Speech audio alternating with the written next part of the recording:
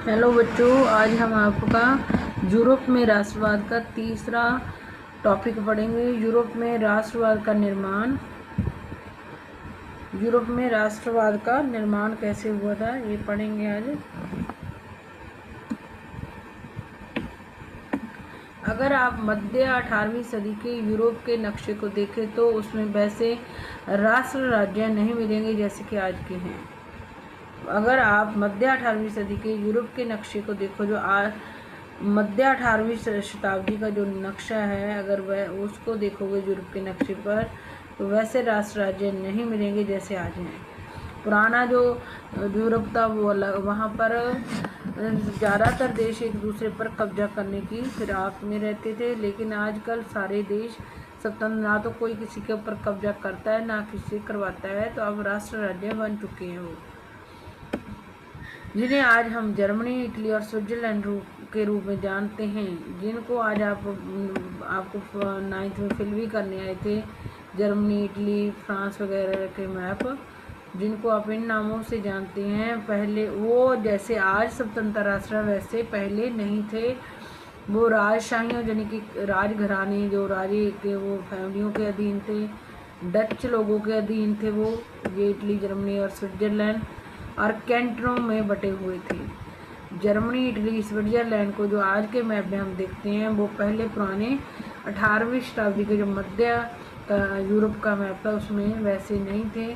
वो ये सारे देश राजशाहियों, डचियों और कैंटनों में बटे हुए थे, जिनके शासकों के स्वायत्त क्षेत्र थे।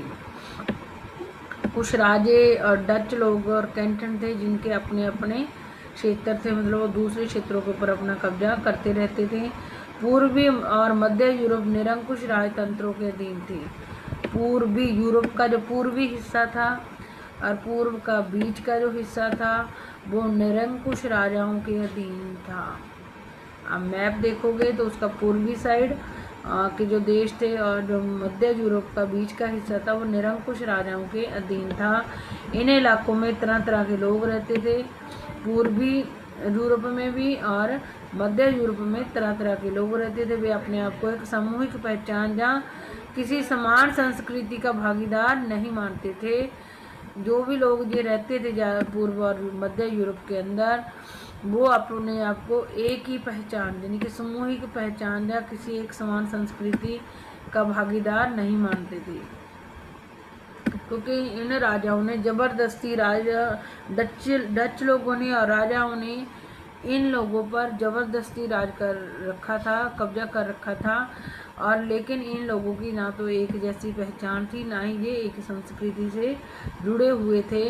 अक्सर वे जो भी पुराने राजे आदत थी कि दूसरे क्षेत्रों को या दूसरे राजाओं के क्षेत्र को अपने क्षेत्र में मिला लेना, तो चाहे वो एक संस्कृति के हो या ना हो, चाहे एक सामूहिक साझा पहचान की उनके अंदर भावना हो या ना हो, तो इसलिए वहाँ पर जो राजे और डच लोग थे वो दूसरे क्षेत्रों को अपने क्षेत्र में मिलाते जाते थे, जिसके कारण उनकी संस्कृतियाँ भी अलग थी, उनकी सामूहिक पहचान भी एक नहीं थी। वो जो इन डचियों, राजशाहियों और कैंटरों में बटे हुए लोग थे, देश थे, उनमें अलग अलग भाषा बोली जाती थी। मतलब एक ही राजा के अधीन कई भाषा बोलने वाले लोग होते थे और अलग अलग जातियों के लोग होते थे। एक ही राजा के अधीन अलग अलग जातियों और अलग अलग भाषाएं बोलने वाले लोग होते थे।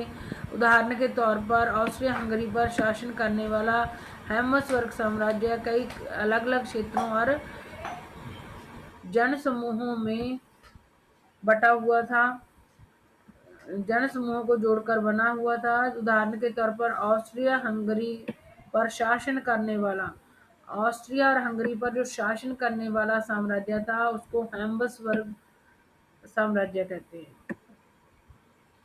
यूरोप के जो आज के देश हैं जो मैप पे दिखते हैं वो पहले आज़ाद नहीं थे जैसे आज हैं।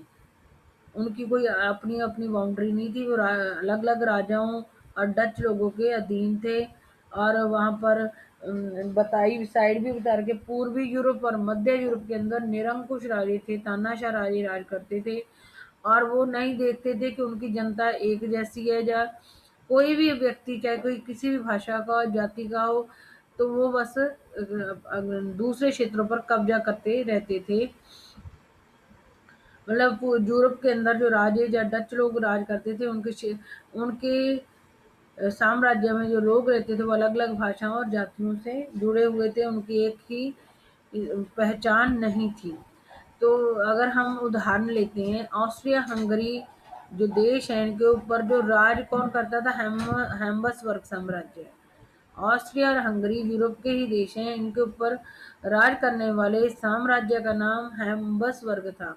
अलग अलग क्षेत्रों और जन समूहों को जोड़कर बना था। जो हैम्बसबर्ग था, इसको वहाँ के जो राज करने वाला राजा था, उसने अलग अलग क्षेत्रों और जो लोगों को इस समूहों से मिलाकर हैम्बसबर्ग को बनाया था।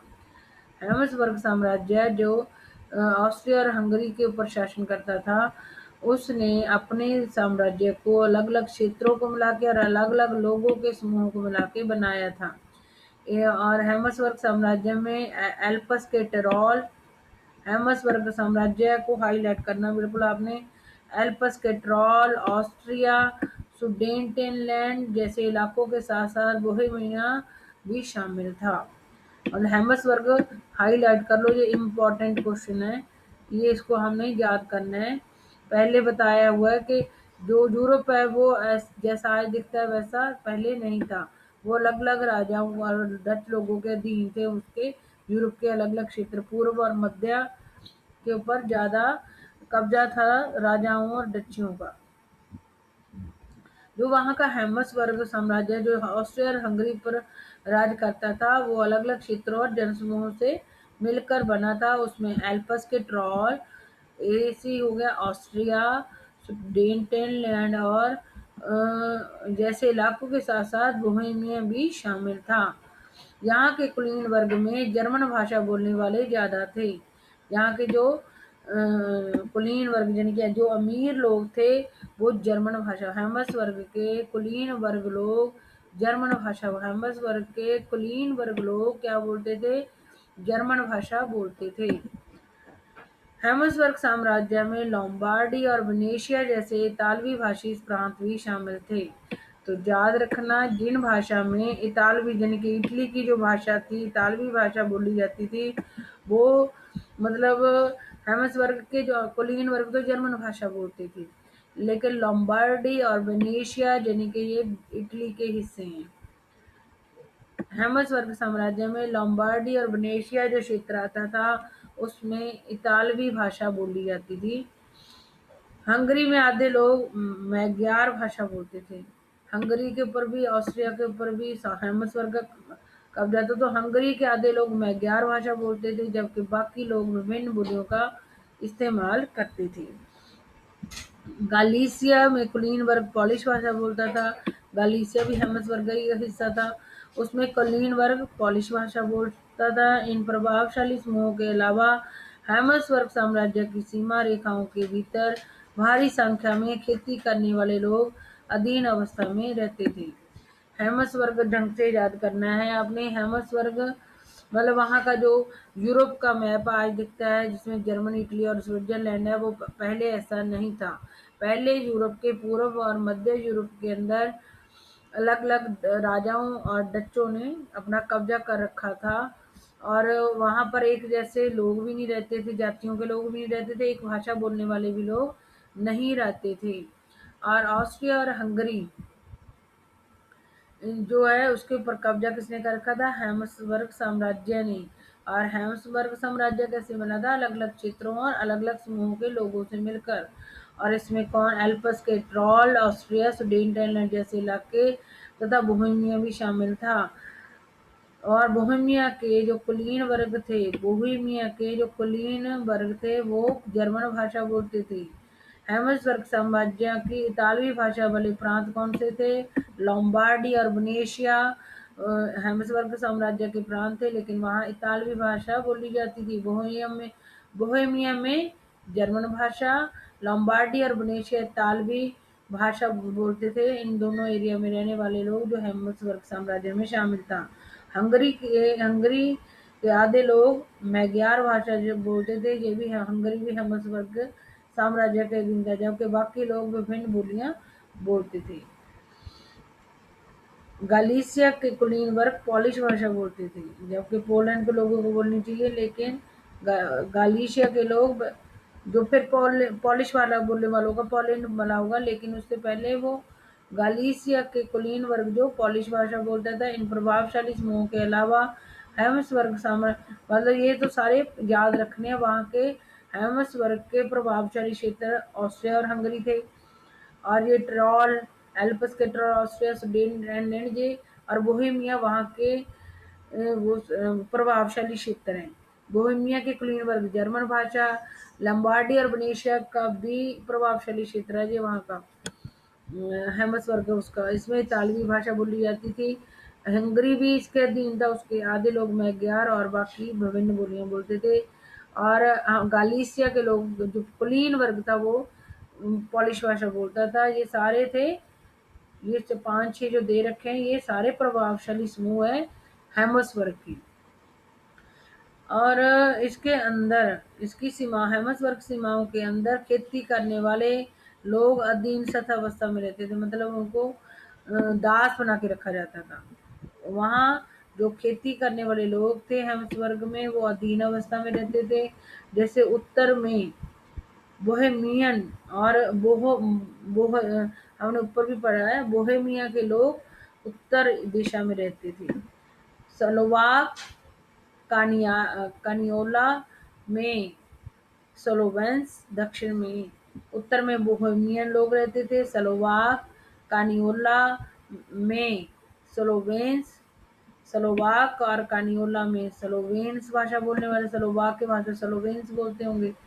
और दक्षिण में क्रोएट और पूर्व की तरफ ट्रांसिल्वेनिया में रहने वाले रोमन लोग रहते थे। ऐसा फर्क रहा। ये आपका पूरा हेम्सबर्ग का क्वेश्चन बन जाएगा कि हेम्सबर्ग साम्राज्य क्या था, अगर ये सारा पढ़ोगे। और मैं इस वीडियो में इतना ही बनाऊंगी। जो खेती करने वाले लोग थे, प्रभावशाली ग्रुप याद करने हैं, हेम्सबर्ग साम्राज्य के प्रभावशाली ग्रुप करने हैं। और उसके खेती करने वाले जो अधीनस्थ लोग थे, उत्तर में बोहेमियन लोग रहते थे। स्लोवाक और कनियोला में कौन सी भाषा बोलते थे, वो स्लोवेन्स लोग थे। दक्षिण जो इस दिशा में हेम्सबर्ग के क्रोएट, दक्षिण साइड में कौन रहते थे, क्रोएट, क्रोएट। और पूर्व की तरफ ट्रांससिल्वेनिया के लोग रहते थे। पूर्व और 3 दिशाओं के बताए हैं, उत्तर में बोहेमियन किसान, और दक्षिण में क्रोएट, और पूर्व की तरफ ट्रांससिल्वेनिया के जो लोग थे उनको रोमन लोग बोला जाता। ट्रांससिल्वेनिया के जो पूर्व में लोग रहते थे, उनके रोमन लोग हेम्सबर्ग के पूर्व भाग में रहते थे, वो खेती करते थे। ऐसा फर्क राजनीतिक एकता को आसानी से बढ़ावा देने वाला नहीं था। ये जो अलग अलग राजनीति, ऐसा फर्क था, जो अलग अलग लोग अलग अलग दिशाओं में रह रहे थे, तो ये एकता को बढ़ावा देने वाला नहीं था। अलग अलग लोग थे हेम्सबर्ग में, तो एकता कैसे बढ़ सकती थी। 3 तरह तरह के समूहों को आपस में, अगर ये सारे एक साथ जुड़े हुए थे, क्रोएट बोहेमिया वाले, जहाँ ऑस्ट्रिया हंगरी के लोग, लंबार्डी वेनेशिया वाले लोग जो जुड़े, गलीसिया के लोग जो जुड़े हुए थे, वैसे तो ये सारे अलग अलग थे, तो बस इनके एक साथ रहने का कारण था वहाँ का जो सम्राट था उसके प्रति इनकी निष्ठा थी। वो वहाँ का हेम्सबर्ग का जो सम्राट था उसके प्रति इन लोगों की निष्ठा थी, जिसके कारण ये इकट्ठे रह रहे थे। राष्ट्रवाद और राष्ट्र राज्य का विचार कैसे उभरा, ये हम कल पढ़ेंगे, लेकिन हेम्सबर्ग को पहले सबने ढंग से पढ़ना है कि मध्य 18वीं सदी में यूरोप का जो नक्शा दिखता था, आज का नक्शा वैसा नहीं है। क्योंकि पहले, आजकल जर्मनी, इटली, स्विट्जरलैंड देखते हैं उस नक्शे पर, पहले ये देश नहीं थे, और ये सारा यूरोप राजशाहियों और डच्चों और कैंटरों में बटा हुआ था। और ये जो शासक होते थे, ये इनके अपने स्वायत्त क्षेत्र होते थे, ये लड़ाई युद्ध करके किसी के ऊपर भी कब्जा कर लेते थे। पूर्व और मध्य यूरोप के ऊपर निरंकुश राजाओं का वो था। और इन इलाकों में तरह तरह के लोग रहते थे, मतलब हम ये जो यूरोप का एरिया है, वहाँ पे एक ही भाषा और एक ही संस्कृति से जुड़े हुए लोग नहीं रहते थे, और अलग अलग जातियों के लोग थे। ऑस्ट्रिया और हंगरी के ऊपर हेम्सबर्ग साम्राज्य का कब्जा था। और जो हेम्सबर्ग साम्राज्य, मतलब इसको ही हाईलाइट करना, हेम्सबर्ग जो साम्राज्य है वो ऑस्ट्रिया और हंगरी के ऊपर कब्जा कर रखा था। और हेमसवर्ग साम्राज्य अलग अलग क्षेत्रों और जन समूहों से मिलकर बना हुआ था, ये चीज रखी जाए। और वो क्षेत्र थे एल्पस का ट्रॉल, ऑस्ट्रिया और सुडेनलैंड और बोहेमिया। बोहेमिया में के कुलीन लोग जर्मन भाषा बोलते थे। हेमसवर्ग साम्राज्य में लोम्बार्डी और वेनेशिया में लोग इतालवी भाषा बोलते थे। ये भी लोम्बार्डी और वेनेशिया भी इसी में आते थे, हेमसवर्ग में। हंगरी का तो पहले ही बता दिया है कि हंगरी के लोग भी हेमसवर्ग में था। इसके आधे लोग मैग्यार भाषा और बाकी अलग अलग बोलियां बोलते थे। गालिसिया के जो कुलीन वर्ग थे, गालिसिया ज्यादा ये भी हेमसवर्ग में था। वहाँ के कुलीन वर्ग पॉलिश भाषा बोलते थे।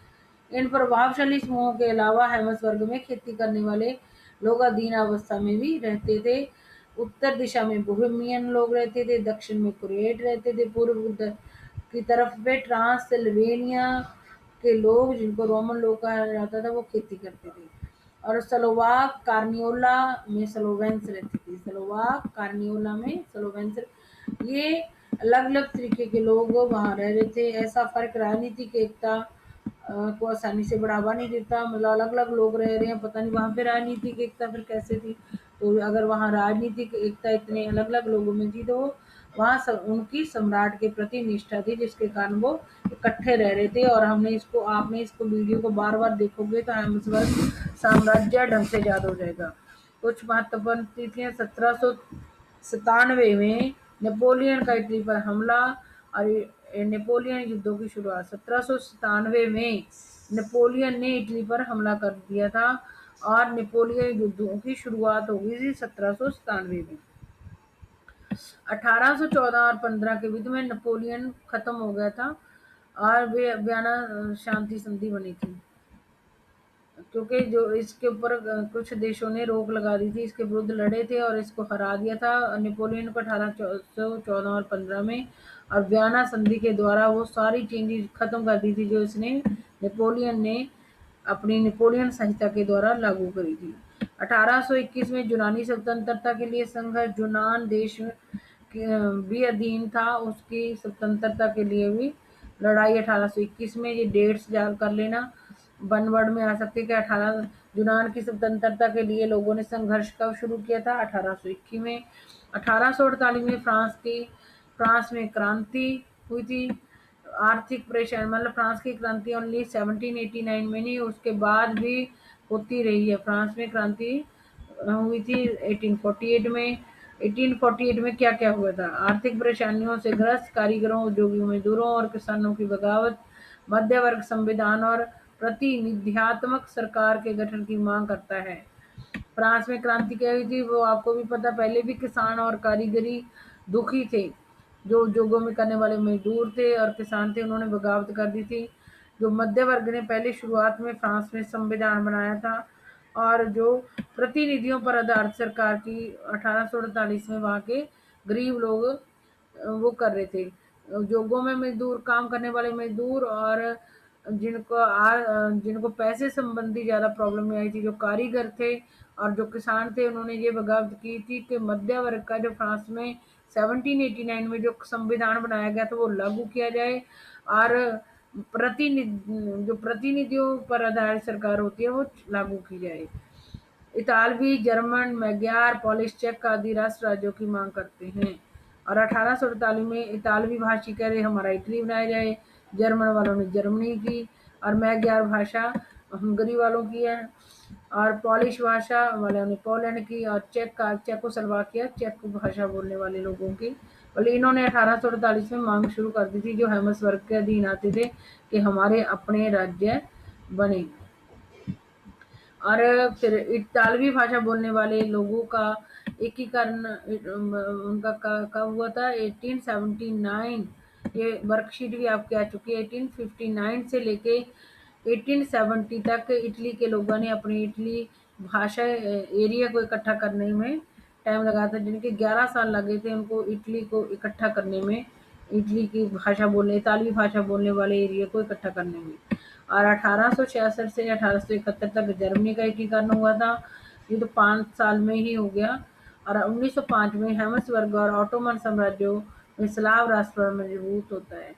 और अगर क्वेश्चन आ जाए स्लाव स्लाव राष्ट्रवाद कब मजबूत हुआ था? हेमसबर्ग और ऑटोमन साम्राज्य में 1905 में। तो आज हम इतने, आप लोग हेमसबर्ग का जो अगर समझना है तो 2-3 बार इसको सुनो, लिख के भी देखो, तो ये आपको टॉपिक हेमसबर्ग साम्राज्य के बारे में ढंग से आने लग जाएगा।